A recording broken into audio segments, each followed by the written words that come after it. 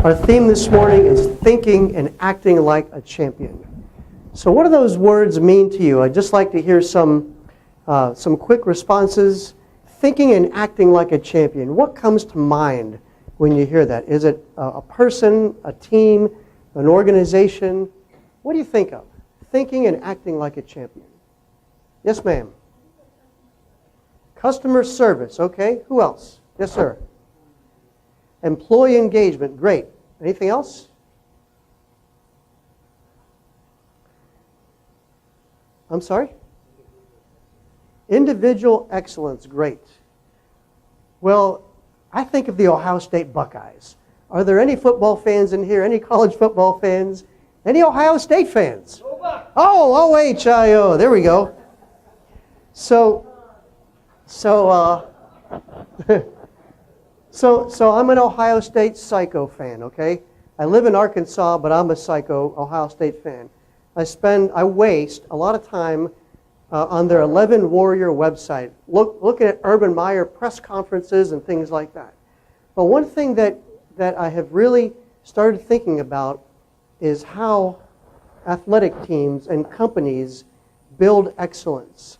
And it comes through thinking and acting like a champion, and then building systems around thinking and acting like a champion. So systems for recruiting, systems for practice, systems for conditioning, systems for strengthening, systems for pre-game film study, systems for handling the game, right? So there are systems involved in thinking and acting like a champion. And in this first presentation, and in the whole day, we're going to talk about systems and processes that champions utilize to become champions. And so I am a process consultant.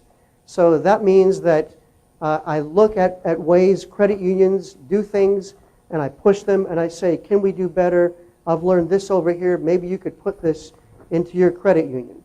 So the first presentation is about management systems or leadership systems that champions use. And that's why I call it high velocity. So as an analytics leader for 25 years in banks, I started out first building some functional expertise as an analyst. But then when I became a manager, I realized that my main job was leading and influencing people. And I had to build systems to do that. Then when I started my consulting firm, I began talking to credit union CEOs all over the country. And so you can see a lot of the articles I've written about credit union CEOs on my website, ceovelocity.com. If you subscribe to Credit Union Business Magazine or Credit Union Management, you'll see some of those articles. But what I've been able to do in this presentation is fuse together my own management systems experience and what leading credit union experts or CEOs around the country do. And that's what we're going to deliver today. So you'll be able to leave here and go back to your boards and your executive teams, and you'll be able to say, okay, now here are some processes for analyzing leadership, people, systems, analytics, and how can we apply these at our credit union? So really, this is sort of the amalgamation of what you've learned this week. Everything you've learned, the wonderful presentations that you've heard, you'll be able to put into these systems that I'm going to show you. And stop me if you have questions. I will say there's a lot of information in this first presentation, more than you can absorb in an hour. So just know that going into it, but I've given you my cards. Feel free to reach out to me if you have questions. Okay? So here's our agenda today. We're going to talk about velocity, what it is, why it's important. We'll define it. What are its components, how it can get off track or reduced.